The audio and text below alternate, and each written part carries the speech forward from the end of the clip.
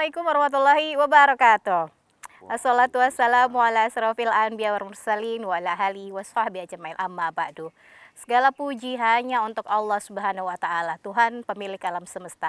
Dan salawat serta salam kepada nabi besar kita Muhammad sallallahu alaihi wasallam.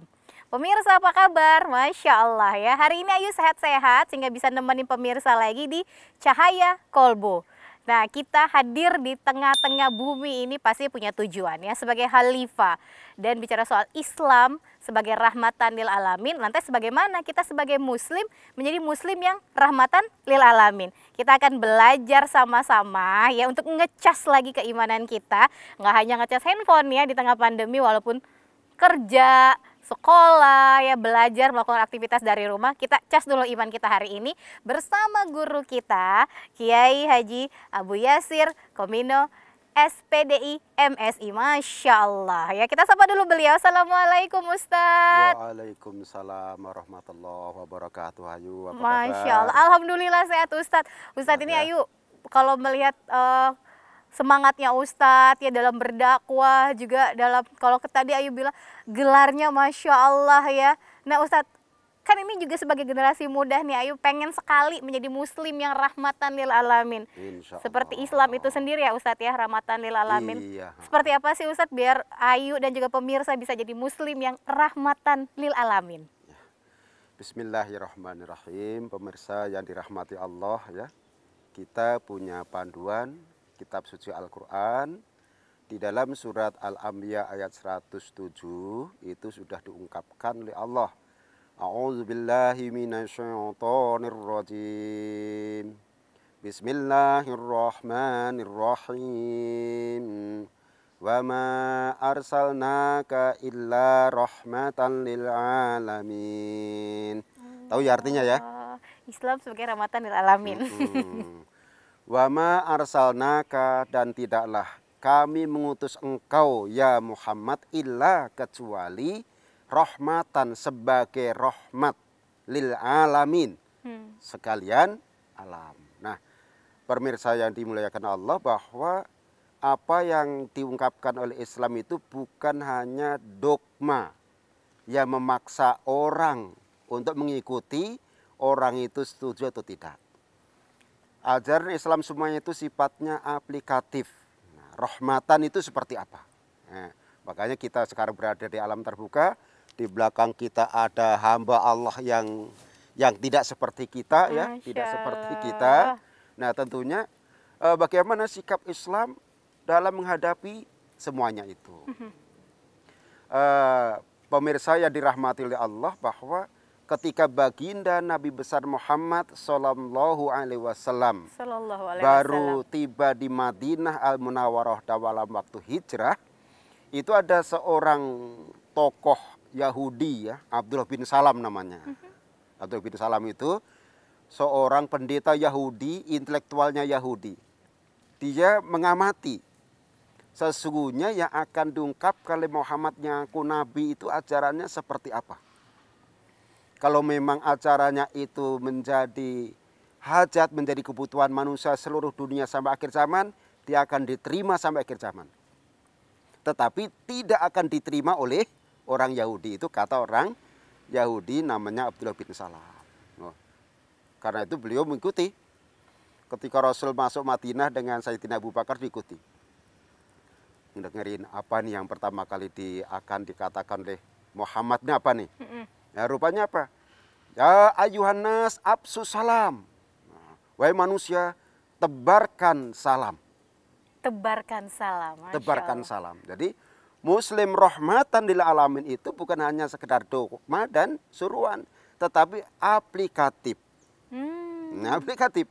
Makanya dalam simbol-simbol ritual kita, ibadah kita, ta'budiyah kita, selalu diakhiri dengan menyebar kasih sayang kepada sesama. Contoh, kalau Adinda Ayu habis sholat, mengakhiri sholat dengan apa? Assalamualaikum Assalamualaikum.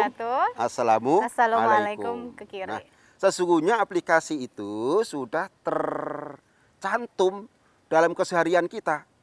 Coba kalau kita ketemu sesama muslim, pertama kali yang diucapkan apa? Assalamualaikum Pak Ustadz. Lanjutannya kan nggak hanya assalamualaikum. Apa kabar Pak Ustadz? Sehat? Lagi. Nah, ini anak-anak muda ini perlu gimana tuh Ustadz sebaiknya Ustadz? Assalamualaikum warahmatullahi wabarakatuh. Bukan Mekom Ustadz, tapi assalamualaikum. Iya. Jadi sungguhnya 3 ini satu paket. Oh, assalamualaikum warahmatullahi wabarakatuh. Jadi Islam itu menyebarkan assalamualaikum muslim salamatan, warahmatullahi muslim rahmatan, wabarakatuh muslim barokatan. Keselamatan, kasih sayang dan keberkahan. Nah, ulama kita itu mengkamuflase dalam kehidupan keseharian. Dalam simbol Islam dimanapun Islam berada selalu membawa keselamatan. Hanya saja digabungkan dengan kearifan lokal.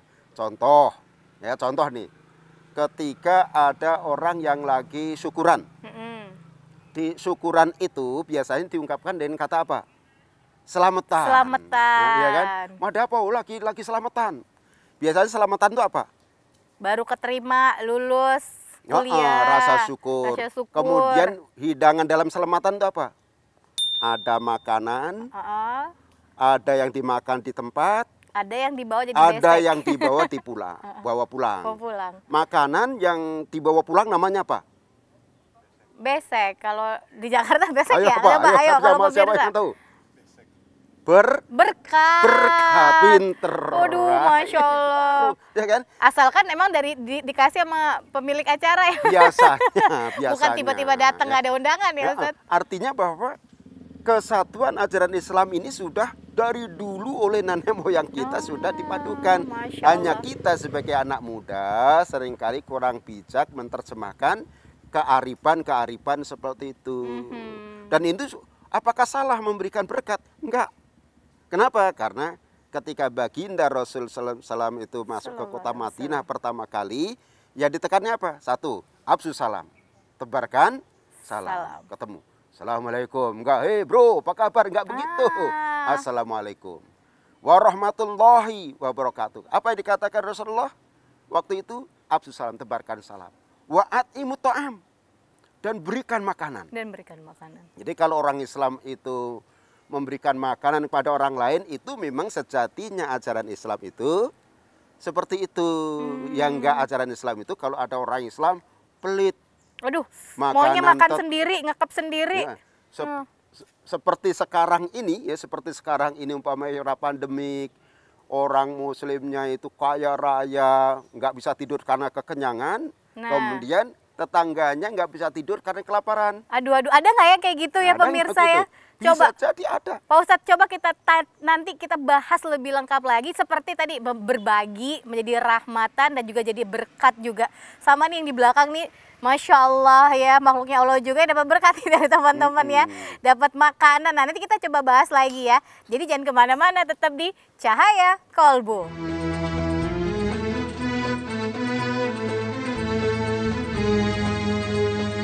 Masya Allah pemirsa, terima kasih masih setia di Cahaya Kolbu. Nah, coba ada nggak ya diri kita mencerminkan muslim yang rahmatan lil alamin sesuai dengan tema kita. Kita tanya lagi sama guru kita ya. Pak Ustadz, kita tadi balik lagi nih Pak Ustadz. Pak Ustadz bilang adalah berbagi itu salah satu ciri khas muslim yang juga rahmatan lil alamin. Dan memang sudah ada di Indonesia, khususnya di budaya kita, kan suka kalau bulan Ramadan bagi-bagi sahur on the road, bagi-bagi makanan. Walaupun itu tanpa kita sadari adalah bagian dari kita yang sudah mengikuti rahmatan lil alamin itu, Pak Ustadz. Betul. Bahwa yang namanya praktek kehidupan sehari-hari itu bisa dimodifikasi, dipadukan dengan kearifan lokal. Kenapa? Karena intinya ajaran Islam itu harus menciptakan suasana nyaman. Allah Subhanahu wa taala mengirimkan Islam tidak membuat manusia itu jadi sulit. Karena itu seluruh ajaran Islam bisa kita modifikasi. Yang nggak bisa kita modifikasi adalah ibadah dan akidah. Nggak boleh modifikasi sholat subuh, lagi semangat sholat subuh 4 rakaat ya, nggak boleh. Karena kepengen katanya biar banyak pahalanya. Jangan sampai nanti ibadah karena ingin ada atur, nggak boleh dimodif. Kecuali ada aturannya. Yang harus kita tekankan adalah ketika ibadah seperti sholat 5 waktu itu tidak boleh dimodifikasi ya Pak Ustadz ya. Selebihnya yang memang mencerminkan rahmatan lil alamin bisa kita sesuaikan dengan era saat ini. Kearifan lokal. Kenapa? Karena apa sih artinya rahmatan itu? Rahmatan itu yang membawa kebaikan bersama. Walaupun rahmatan itu belum tentu semua orang suka. Nah, kenapa? Karena rahmatan itu selain kebaikan bersama juga menyelamatkan. Contoh menyelamatkan. Ada orang yang tangannya, anggota tubuhnya ada infeksi, membusuk, harus diapa tuh? Diamputasi. Kira-kira boleh nggak dokter kita katakan dokter ini sadis, ini nggak berperi kemanusiaan? Masa tangan orang dipotong? Ya kan? Padahal sikat rahmatnya dokter ini untuk menyelamatkan ya harus dipotong. Nah kadang-kadang kita keliru mengartikan Islam itu. Sebagian hukum Islam yang sifatnya terapis mental di tengah masyarakat dianggap sebagai kekejian dari ajaran Islam. Contoh umpamanya ada pencuri potong tangan umpamanya. Hukum rajam ya Ustaz ya? Iya hukum rajam. Apakah dalam praktek keseharian di zaman Nabi selalu ketahuan nyuri potong? Ternyata enggak. Ya, ternyata di dalam kehidupan keseharian itu bahwa doktrin-doktrin tekstual dalam Quran itu tidak diterapkan semata-mata berdasarkan teksnya. Semua itu tergantung pada kehidupan kesehariannya. Maka dalam masalah fikih itu diungkapkan bahwa takhyirul hukmu bi takhyiris sabab. Bahwa hukum itu bisa berubah kalau sebabnya berubah. Karena itulah ulama-ulama di Indonesia khususnya itu banyak memodifikasi cara dakwah mereka. Ada yang pakai musik, ada kiainya yang seneng guyon, ada yang bikin nangis. Kenapa? Karena ini merupakan variasi-variasi dakwah. Intinya mengajak manusia supaya nyaman. Jadi tadi apa tadi yang ketika baginda Rasul masuk Madinah? Abdus salam mengucapkan salam. At'imu to'am. Wasilul arham, silaturahim. Nah, kita ketemu, Pak Ustadz ketemu anak-anak muda begini seneng. Kenapa? Silaturahim. Mudah-mudahan dengan bersama anak muda, Pak Ustadz jadi muda. Nah, kan gitu. Karena pernah muda. Iya, pernah muda. Jadi ingat, oh ya masa waktu itu seperti ini. Jadi untuk silaturahim bahkan Rasulullah SAW itu memberikan dorongan pada kita bahwa silaturahim itu memanjangkan umur dan memanjangkan rezeki, memudahkan rezeki. Karena itu kita disuruh wasilil arham, sambung silaturahim, jaga persaudaraan, damaikan temanmu, damaikan temanmu. Makanya itu sudah tersimpul dalam ungkapan assalamualaikum. Assalamualaikum, Islam selamatan. Jadi Islam selamatan, Islam yang membawa kedamaian, Islam membawa kesejukan, Islam yang membawa ketentraman, ya kan? Islam rahmatan, Islam yang selalu menyelamatkan. Jadi kenapa? Ya, Islam itu sungguhnya lebih mengutamakan tentang orang baiknya. Ya, tentang orang baiknya. Makanya kalau umpamanya di tengah komplek, tengah masyarakat ada orang iseng nggak ngikut masyarakat, yang ditegur adalah orang isengnya, bukan orang baiknya. Orang baiknya biar aja baik. Walaupun mungkin waktu itu dia belum berbuat baik secara keseluruhan. Jadi Islam itu sifatnya mempertahankan kebaikannya. Kebaikannya setiap orang itu apa sih? Bahkan di preman tengah jalan ya, Pak Oka apa itu. Kadang-kadang mereka punya nilai-nilai kebaikan nggak? Punya. Ada anak kecil mau lewat di seberangin, ayo deh begini ini. Padahal dia kerjaannya jadi preman tengah jalan. Ya kita harus akui ketika dia menolong orang, dia baik. Tapi ketika dia sedang teler, ya harus kita ingatkan. Berarti ketika kita menjadi rahmatan lil alamin nih Pak Ustadz, kita harus lihat apa yang dia kerjakan sisi kebaikannya. Berarti nggak boleh langsung ngejudge, wah orangnya jahat. Tapi boleh nggak kalau kita tegur adalah kesalahan atau perbuatannya aja gitu ya Pak Ustadz ya? Boleh, artinya harus ada khususiyah ya. Jadi lokalisir, melokalisasi lokalnya. Kalau emang orang itu baik ya harus kita akui baik. Kalau orang yang tidak baik harusnya diingatkan, jangan sekali berbuat buruk, jangan diterima. Saya pernah lihat dia orangnya nggak sopan, nggak boleh begitu. Makanya Islam itu menghargai kesolehan. Masya Allah. Kesolehan, jadi menghargai orang soleh dan kesolehan. Siapapun yang berbuat kesolehan, Islam itu menilai.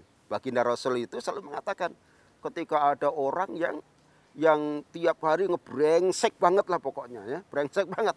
Ketika berbuat baik, ya Rasulullah mengatakan dia baik. Dia baik. Bahkan Rasulullah melarang, kamu jangan mengatakan begitu, karena bisa jadi dia akan jadi baik. Ya kan? Akan jadi baik. Karena itu para sahabat Nabi kadang-kadang ya mangkal juga nih, Rasulullah bagaimana ini orang jahat kayak begini, udah. Enggak boleh begitu. Allah lebih tahu, karena ini semuanya hamba Allah. Lantas ya. Ustadz gimana sih seperti Ayu ya, seperti teman-teman juga pemirsa TVRI, ini ingin menjadi anak yang juga bisa jadi rahmatan lil alamin untuk lingkungan kecil dulu deh, buat orang tua, buat kakak, buat adik nih Pak Ustadz. Ya sungguhnya tinggal mengaplikasikan ucapan salam. Assalamualaikum. Mengucapkan salam biasanya sambil cemberut apa sambil senyum? Assalamualaikum. Kalau kan lapar biasa Assalamualaikum. Kalau bahagia Assalamualaikum. Assalamualaikum pasti diucapkan dengan pasti dengan tersenyum. Sumringah harusnya ya Ustadz. Iya betul, kayak Ayu sekarang. Wah ceria gitu kan. Jadi inilah dari potret asli kenyataan di ajaran Islam itu, kemana-mana kita tersenyum. Assalamualaikum warahmatullahi wabarakatuh. Bahkan dalam Islam diutamakan, kalau orang itu tidak dikenal Muslim itu tidak. Selama dia itu dalam masyarakat Muslim, kita anggap Muslim. Oh, nah ini nih juga Pak, kita tinggal ya di Indonesia dengan berbagai perbedaan ya, walaupun tetap ingat Bhinneka Tunggal Ika. Nah lantas seperti apa ya, tadi Ustadz juga mau menyabarkan kembali, ketika kita berada di tengah masyarakat yang berbeda, mampukah kita tetap menjadi Muslim yang rahmatan lil alamin? Tetap di Cahaya Kolbu.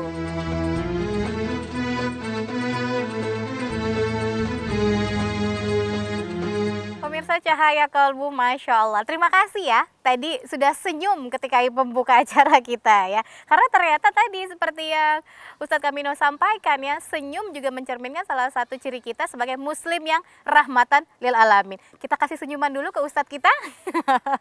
Pak Ustadz, ini menarik nih tadi ketika di tengah perbedaan, namun kita tetap harus mencerminkan kalau kita adalah Muslim yang rahmatan lil alamin. Apalagi pasti banyak sekali nih organisasi-organisasi yang kita ikutin ya. Ini yang satu organisasi sama Ayu, Ikatan Keluarga Minang atau Betawian ya Pak Ustadz, Jawa.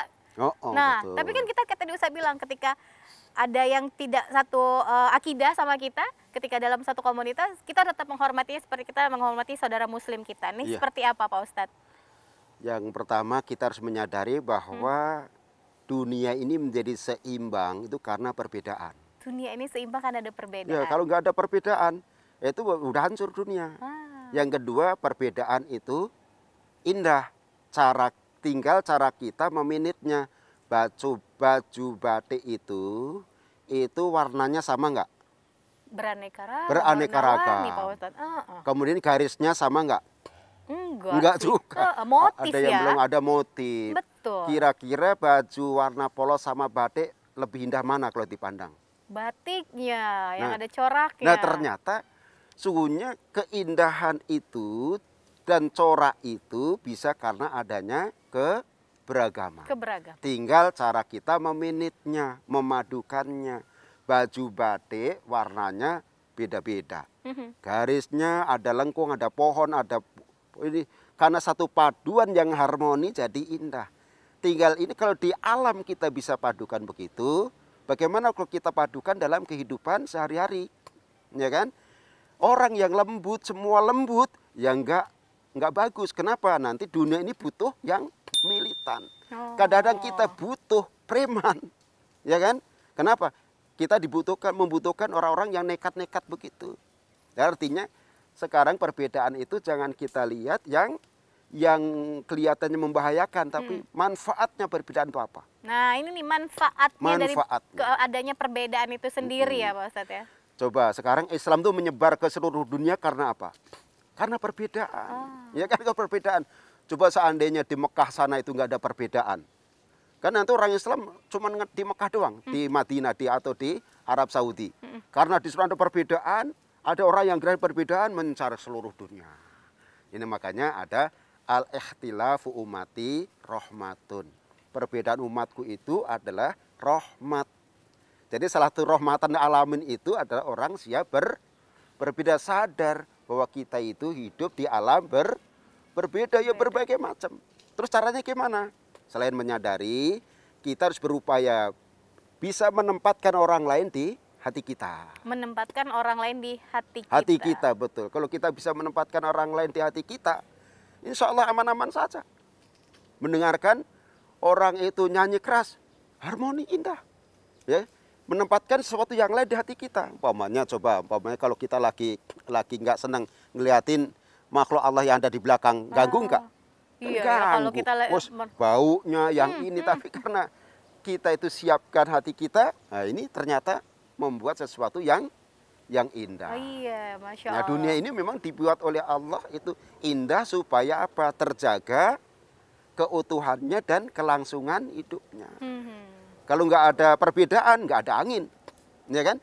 Kalau teori alamnya gitu kan, apa sih angin itu? Oh, karena ada udara yang positif, ada yang negatif, akhirnya ya, jadi angin sepoi-sepoi kayak kita sekarang. Ini kan karena apa? Karena ada perbedaan. Karena itu perbedaan isunya tidak buruk. Silakan berbeda, tetapi harus tetap dalam koridor perimbangan. Nah, ya, berarti gitu. memang kita harus open minded, harus terbuka dengan adanya perbedaan itu tadi ya, Pak Ustadz ya. Masya Allah. Ini yang Ayu juga jadi suka nih ya, karena kan kita juga di syuting Cahaya Kalbu nih ya, pemirsa, di alam terbuka ya, pasti ada tumbuh-tumbuhan juga, ada hewan juga, ada teman-teman rusa di belakang ya. Ustadz, apakah muslim yang rahmatan lil alamin juga mampu menjaga keseimbangan antara hubungan sesama manusia dan juga makhluk ciptaan Allah lainnya? Ya harus, bukan hanya bisa, harus dan pasti bisa. Pasti bisa. Pasti bisa. Kenapa? Kalau kita coba lihat, apakah pada zaman Rasulullah itu yang dipakai hanya orang yang Islam semuanya? Ternyata tidak. Ketika Rasulullah SAW itu berangkat ke Madinah, hijrah, itu penunjuk jalannya itu Abdullah bin Uraikid. Dia seorang musyrikin, tapi profesional. Rasul katakan, siapa yang bisa menunjukkan jalan ke Madinah ini, ke Yasrib, yang tidak pernah ditempuh oleh orang-orang umum? Acung. Padahal dia musyrik. Jadi Islam rahmatan lil alamin itu terkadang menggunakan dalam prinsip profesional. Kenapa? Karena pada dasarnya akidah itu sangat-sangat privasi. Sangat-sangat privasi. Dalam kehidupan nyata ini terkadang kita harus mengalahkan privasi kita. Kenapa? Karena ini menjadi hak orang lain. Ada banyak hal yang kita tidak mampu melakukannya, yang hanya mampu dilakukan oleh orang yang kebetulan bisa jadi bukan muslim. Ya kan? Kalau sesuatu itu dikerjakan oleh umat Islam nggak bisa.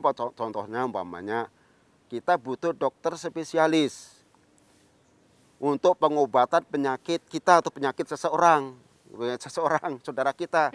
Nyari yang muslim tidak ada. Yang kita gunakan siapa? Pasti keprofesionalan dokter tadi. Tapi dia non muslim, umpamanya. Dalam Islam tidak seperti itu. Menyelamatkan hidup itu lebih penting. Menyelamatkan hidup lebih penting. Menyelamatkan hidup lebih penting. Bahwa dalam koridor muamalah itu, Islam itu selalu mengutamakan prinsip-prinsip profesionalisme. Gitu bermuamalah ya Pak Ustadz. Bermuamalah. Kecuali akidah, ibadah itu nggak butuh profesional, butuhnya ulama. Ya. Nggak ada sholatnya orang profesional begini, nggak ada. Ya. Puasanya orang profesional begini, tidak ada. Adanya adalah kita butuh fatwa ulama. Ulama itu tahu, oh ini hukumnya begini, ini hukumnya begini. Termasuk dalam perbedaan pendapat dalam Islam, dalam masalah agama. Ada ikhtilaf agama kan, masalah fikih macam-macam. Kita perlu bimbingan ulama-ulama kita yang memang benar-benar bijak ya, menghadapi perbedaan. Tapi prinsipnya adalah sesungguhnya tidak selamanya perbedaan itu selalu membahayakan. Tidak selamanya perbedaan membahayakan. Nah, di tengah pandemi ini juga berarti ketika kita menjadi muslim rahmatan yang lil alamin, berarti nggak harusnya tidak ada perbedaan ketika kita memberikan bantuan ya untuk mau pangan itu sendiri. Dalam Islam memberikan makanan itu nggak dipatok. Berikan Islam apa bukan? Nah, lihat KTP-nya dulu. Baca syahadat. Nggak perlu begitu. Pokoknya selama dia itu hamba Allah. Jangankan menolong manusia, ada kan seorang seorang pelacur lagi pulang dari kerjaannya begitu, ada anjing mau mati karena kehausan, kayak kita ngasih makan umpamanya gitu. Ternyata nggak begitu jauh dari situ si pelacur ini mati. Ternyata Rasul ungkapkan dia masuk surga. Kenapa? Menolong hamba Allah. Makhluk ciptaan Allah ya, Masya Allah. Ternyata luas sekali ya kalau bicara soal Muslim rahmatan lil alamin. Lantas Ustadz, apa sih bisa kita tarik kesimpulan nih dalam tema kita hari ini Pak Ustadz? Silakan Pak Ustadz. Baik, kesimpulannya adalah sesungguhnya kita sebagai seorang Muslim itu sudah mendapatkan pakem yang sifatnya fundamental. Semua sudah di dalam bentuk aplikasi, nggak perlu mikir. Seperti umpamanya Islam rahmatan lil alamin, nggak usah disuruh-suruh. Selama orang itu bersyahadat mengamalkan Islamnya secara otomatis. Kenapa? Tiap harinya ketemu pasti Assalamualaikum warahmatullahi wabarakatuh. Ya, kemudian juga disuruh, dan itu bukan hanya pilih-pilih, termasuk suruh menyebarkan salam, memberikan makanan, menyambung silaturahim. Ini adalah ajaran-ajaran pokok yang harus diamalkan dan menjadi kebiasaan kita sehari-hari. Ketika setiap Muslim udah begitu, nggak usah ada undang-undang, nggak usah ada hukum moral, udah otomatis semua orang akan ternyamankan. Intinya coba kita perlahan ya Ustadz ya, kita praktekkan dalam kehidupan kita yang simpel-simpel aja gitu, jangan ribet ya. Ternyata kita melupakan nih yang kayak kita udah pelajarin, berbagi, mengucapkan salam, silaturahmi. Nanti kita silaturahmi lagi di episode-episode lainnya. Kita tutup ya dengan kafaratul majelis ya Pak Ustadz ya. Subhanakallahumma wa bihamdika asyhadu an la ilaha illa anta astaghfiruka wa atubu ilaik.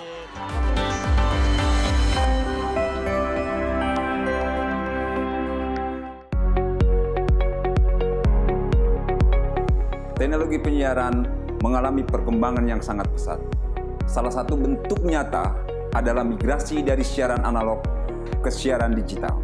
Sistem penyiaran televisi digital tidak hanya mampu menyalurkan data gambar dan suara, tapi juga memiliki kemampuan multifungsi.